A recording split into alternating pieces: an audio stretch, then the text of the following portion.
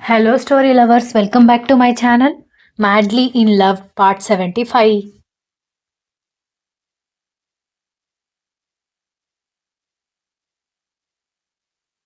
దక్ష మాటలకి కర్ణ నీలాగా నాకేమీ పని పాట లేదనుకున్నావా? ఇప్పటికే నువ్వు చేసిన పనులకి నాకు చాలా లాస్ వచ్చింది.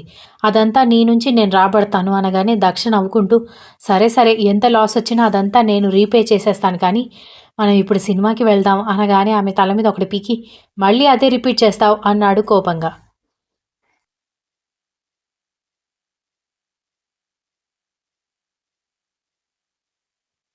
అరే రామా!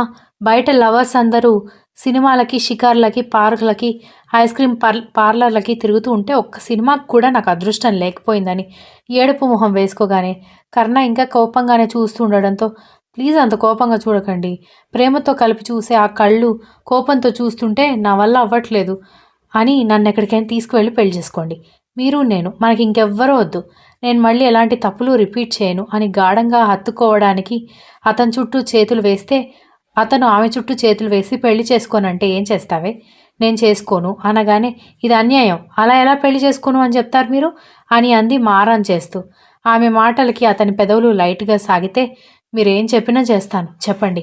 ఇప్పటికిప్పుడు మీరు రమ్మన్నా నేనేమీ అడగకుండా, ఎందుకు అని అడగకుండా వచ్చేస్తానని అతని కళ్ళలోకి చూస్తుంటే, నేను బాగా డబ్బున్నవాడిని. నాకు లవ్ అంటే తెలీదు గదా! ఏమో ఎంటర్‌టైన్‌మెంట్ కోసమే గదా! కొన్ని రోజుల్లో నీ మీద ప్రేమ పోద్దేమో అనగానే కోపంగా చూస్తూ, ఎప్పుడో నాలుక కుదురులేక నోరు జారి వాగిన మాట పట్టుకొని ఎందుకు పదే పదే ఆ విషయం తీసుకొస్తారు? నేను పొరపాటుగా అన్నాను మహాప్రభో అంటున్నాను కదా అని అరిచింది.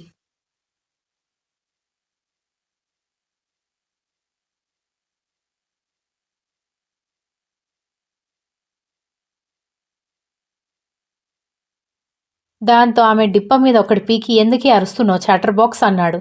అందుకే మీరు మంచి పిల్లాడిలాగా నన్ను పెళ్లి చేసుకుంటానని చెప్పండి. ఇప్పుడు అకాడమీకి కాకుండా సినిమాకి తీసుకెళ్ళండి. అప్పుడు నేను నోరు మూసుకొని కూర్చుంటాను. లేదనుకో ఇలాగే చాటర్ బాక్స్ లాగా అరుస్తూనే ఉంటాను. శతకోటి సమస్యలకి అనంతకోటి ఉపాయాలు అన్నట్టు మీరు నా మాట వినాలి అంటే నేను అరవాల్సిందే. అప్పటికైనా నా నోటికి దడిచి మీరు నా మాట వింటారేమో అని అంది దక్ష నవ్వుతూ.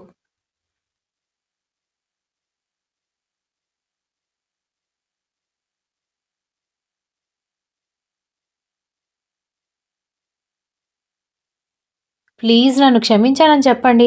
నాకింకేం వద్దు. మీ నుంచి మన జీవితపు చివరి అంకం వరకు నేనొక్క వస్తువు గానీ, ఒక నగ కానీ అడగను. నాకు కావాల్సింది మీ ప్రేమ. మీరు నన్ను క్షమించానని నా మీద కోపం లేదు అనే మాట అని అడుగుతున్న కర్ణ రెస్పాండ్ అవ్వకపోవడంతో, పోనీ ఆ మాట చెప్పడానికి మీకు ఈగో అడ్డం వస్తుందంటే, మీరు క్షమించారని అర్థమయ్యేలా ముద్దు ద్వారా అయినా చెప్పండి అని దక్ష దీనంగా రిక్వెస్ట్ చేస్తుంటే, ఆమె కళ్ళలోకి చూస్తూ ఉండిపోయాడు. ఆమె పిచ్చితనం చూస్తుంటే అతనికి నవ్వు కూడా వస్తోంది.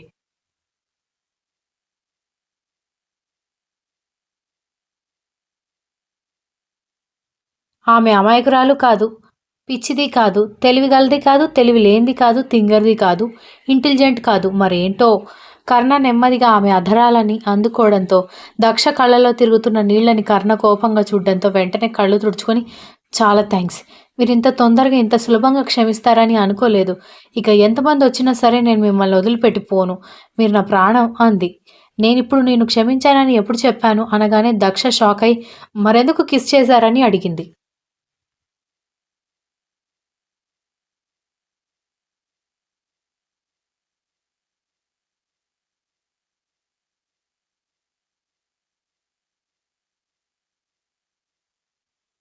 ఏదో జాలి పడ్డాను. అందుకే కిస్ చేశానని కర్ణ భుజాలు ఎగిరేయడంతో, లేదు లేదు, మీరు అబద్ధం చెప్తున్నారు.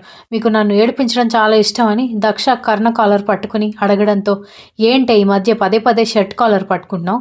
భయం తగ్గిందా అని సీరియస్‌గా అడగడంతో, భయానికి ఏడుపు మొహం వేసుకొని, మీరు నమ్మినా నమ్మకపోయినా మీరంటే నాకు భయం. అంటే ప్రేమ కూడా ఉంది. అందుకే కదా ఇంతలా క్షమించమని అడుగుతున్నాను. ఎందుకంత మొండి పట్టు పడుతున్నారు అని ఏడ్చింది.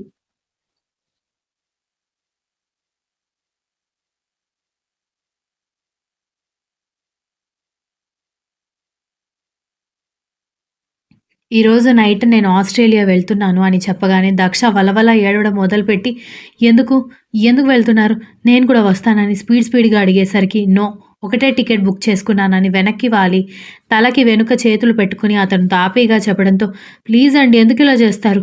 అట్‌లీస్ట్ మీరు నన్ను క్షమించానని చెప్పండి ప్లీజ్. మీ రాక కోసం కళ్ళు కాయలు కాచేలా వెయిట్ చేస్తానని" చెప్పింది. కర్ణ నో అన్నాడు.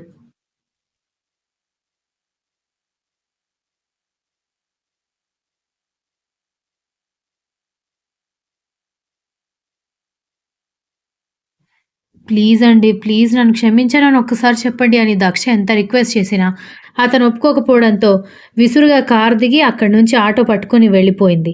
కానీ కర్ణ అసలు ఆమెని ఆపలేదు. దక్ష ఏడుస్తూనే గెస్ట్ హౌస్‌కి వెళ్ళిపోతుంటే, "ఏమైంది అమ్మాయి గారు? ఎందుకు ఏడుస్తున్నారని?" వాచ్‌మెన్ అడగడంతో, "నా తలరాత చాలా చెండాలంగా తగలడింది బాబాయ్. ఏం చేయను?" అని ఏడుస్తూ లోపలికి వెళ్ళిపోతే, నవీన్ అప్పటికే ఇంట్లో ఉండి ఏడుస్తున్న చెల్లెల్ని చూసి కంగారు పడుతూ, "ఏమైంది దక్ష? మళ్ళీ కర్ణగారి ఇంటి వాళ్ళెవరైనా ఏమైనా అన్నారా? తిట్టారా?" అన్నాడు.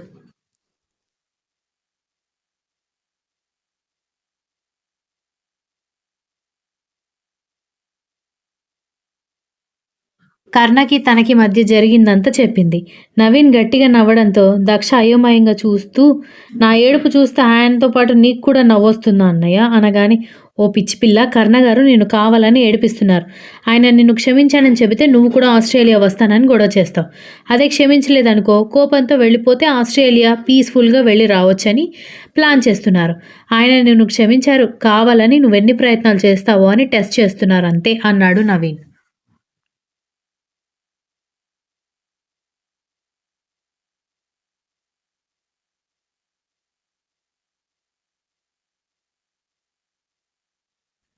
నిజంగానా అన్నయ్య? అని ఆశ్చర్యంగా అడగడంతో, నిజంగా నిజం. అక్కడ లేని నాకే నువ్వు చెప్పింది విని సిట్యుయేషన్ అర్థమైతే, పక్కనే ఉండి నువ్వేం అబ్జర్వ్ చేస్తున్నావు దక్ష?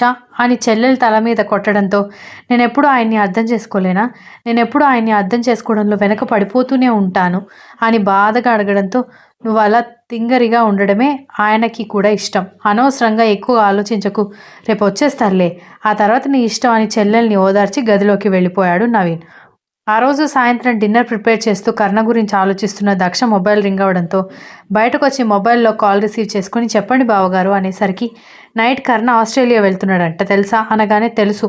నేను గొడవ పడి కూడా వచ్చేసాను" అనగానే, "నువ్వు గొడవ పడ్డావంటే నేను నమ్మనులే. ఏడ్చి అరిచి వచ్చేసి ఉంటావు. కానీ వాడికి సెండ్ ఆఫ్ ఇవ్వాలి వస్తావా?" అని అడగడంతో, "అదేంటి బావగారు సెండ్ ఆఫ్ అంటే ఇక రారా?" అని అడిగింది కంగారుగా.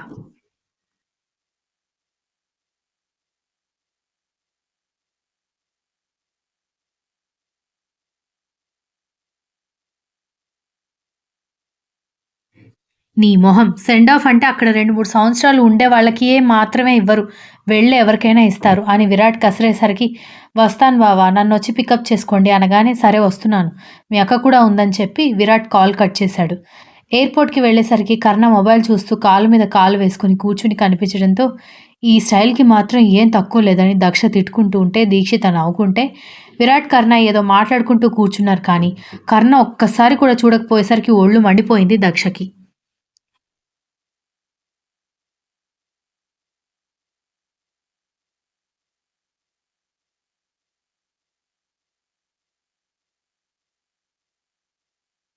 ఆమె ఏడ్చి ప్రేమగా దగ్గరికి వెళ్తే ఖచ్చితంగా క్షమిస్తాడని అనుకుంటే, అసలు మొహం కూడా చూడకపోయేసరికి చాలా కోపం వచ్చి అసలు దగ్గరికి వెళ్ళకూడదని అనుకుంది. ఫ్లైట్ అనౌన్స్‌మెంట్ వినిపించేసరికి ప్రాణం గిలగిలా కొట్టుకుంటూ, "ఒక్కసారి చూడొచ్చు కదా!" అని బాధగా అనుకుంటూనే ఉండగా, అతను పట్టించుకోకుండా వెళ్తూ ఉండడంతో పరిగెత్తి వెనక నుంచి కౌగిలించుకొని, "ఎందుకిలా బిహేవ్ చేస్తున్నారు?"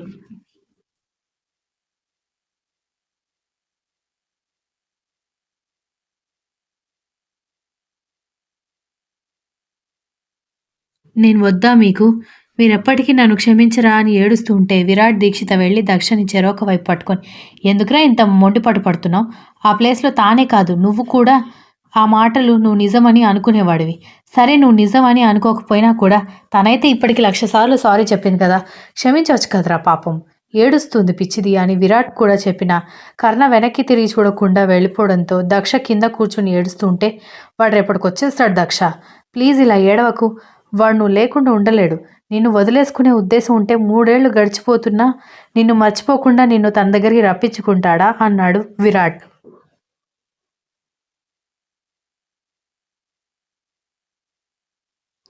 continues. If you like this story, please like, share, comment, and don't forget to subscribe.